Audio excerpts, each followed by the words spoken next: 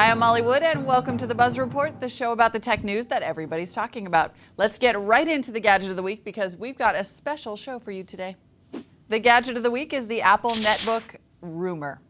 The word is that Taiwanese manufacturer Wintech will start shipping touchscreens for a new Apple netbook sometime in the summer. And I'm here to tell you, it's probably true. Why? Because first, the last time there was a flurry of Wintech touchscreen rumors was in July 2007, right before Apple launched the iPod Touch in September. Yeah, Wintech's got a leak.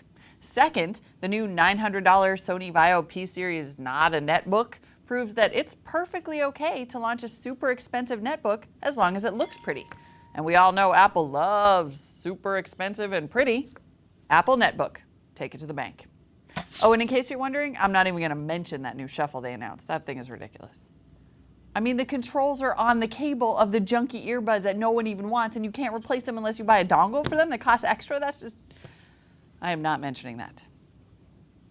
Moving on. And now for the news. This week, a Buzz Report special report. The death of the newspaper. This is the week that newspapers turned terminal. They've been on the ropes for a while. In fact, back in the Buzz Out Loud prediction show for 2009, I predicted that one major U.S. newspaper would go online only this year. Man, was I shooting low.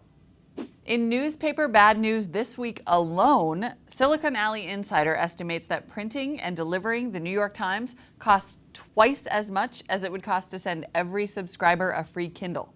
Minimum. They refer to the technology of newsprint as laughably expensive and inefficient. Ouch. Also this week, Time magazine put out a list of 10 U.S. newspapers that it predicts will either fold or go digital in the very near future. The papers include everything from the Cleveland Plain Dealer to the San Francisco Chronicle to the Miami Herald.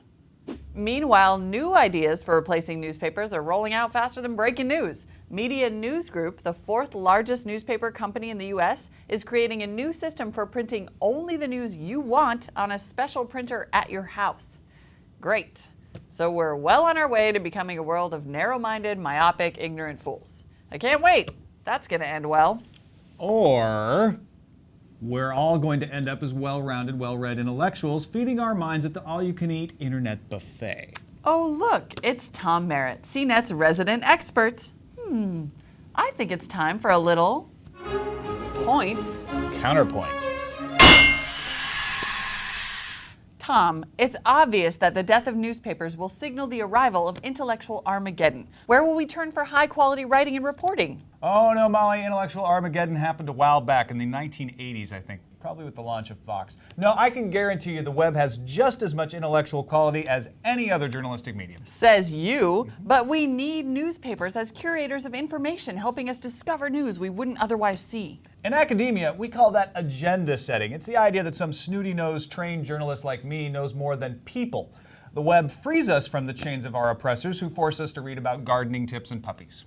Come on. Okay, well, A, gardening tips are important. And B, it's not like people will educate themselves on their own. You can't tell me that blogs are higher quality journalism. You cannot trust these internet people. Trust them you can, and trust them you will, Molly Wood. It's the wisdom of the crowds. They are wise, like wizards, except instead of embarrassing gowns with moons and stars, they're in their underwear downstairs in the extra room. And you get to pick what wisdom from which crowds you want to read. In fact, the web lets you sort it by region, political bias, and underwear brand.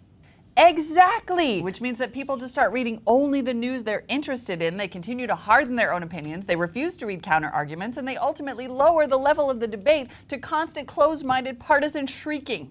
Or maybe, just maybe, it will mean that monopolistic control of the news cycle by bloated corporations with business models stuck in the time of the Spanish-American War will go under, and we'll be able to experience a richer, wider number of perspectives that allow us to open our minds and gain greater understanding. Well, you're wrong. That's where you're wrong. And there you have it, open debate in a free society. And that's the Buzz Report for this week, everyone. I'm Molly Wood, and thanks for watching.